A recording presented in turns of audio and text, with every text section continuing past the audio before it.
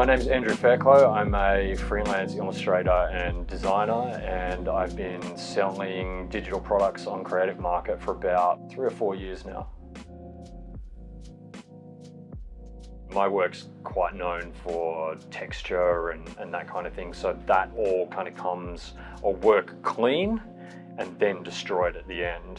I predominantly work in Adobe Photoshop and Illustrator. I also work in Procreate a little bit for sketching on an iPad. Because I've been doing this for long enough and I'm old, I can't hunch over a tiny little iPad for too long, so that's why I have this thing and like a sit-stand desk. Because I work with a lot of texture, I like to get in close and I like to work big, and so I can focus on small details, which I find is pretty hard to do on a much smaller screen. That's just me. Like, the iPad is a beautiful thing to draw on as well, and Procreate's a fantastic app, so I kind of like doing a bit of both. I taught some online courses, making analog textures, scanning them, and then converting them for use in Photoshop and Illustrator. A lot of students started to ask, do you sell any of your textures or brushes or anything like that? And I was like, maybe I should do that. And then I thought, well, I could at the very least just kind of put that stuff on Creative Market.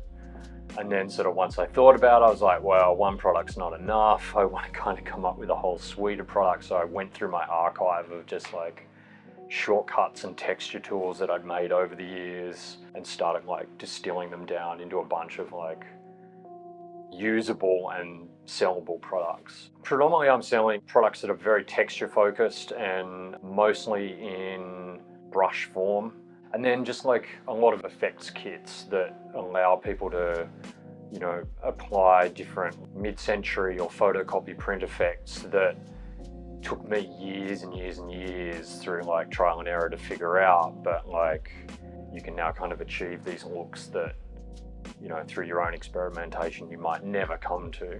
I guess as a rule, and one of the big driving forces behind a lot of my products is customization, and that they kind of have to work for professional designers and illustrators at a very high level. So I try to make stuff that like a novice can use, but there's a minimum amount of experience using Photoshop or Illustrator that you kind of need to use them. I kind of want to make products that the product isn't the end result, it's just a tool to get you to sort of add to the creativity of your own work. Yeah, it's definitely, makers themselves. It's a lot of designers and illustrators who, have screen printed printmaking aesthetic. Kind of found that like a lot of our customers are, they're working on clients in streetwear, action sports, music, film, a lot of comic makers and indie comic makers, indie game makers. I mean, it's been really cool to make products that they're as useful to a small online comic maker as much as they are for like Marvel or Disney or DC.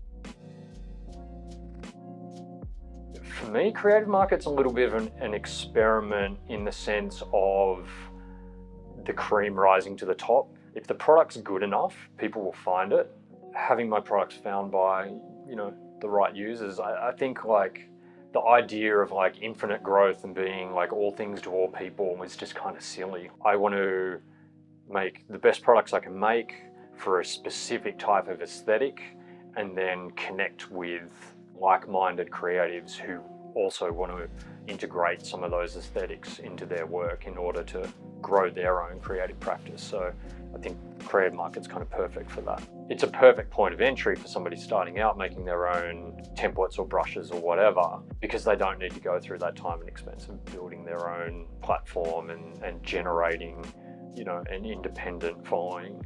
Having that additional income that can kind of stabilize your income. And when I first started out, it was like I can pay like 1 week of my rent every month. And that was just like, at the end of the month, it was like, oh my God, this is so great to not have to pay that like 1 week studio rent.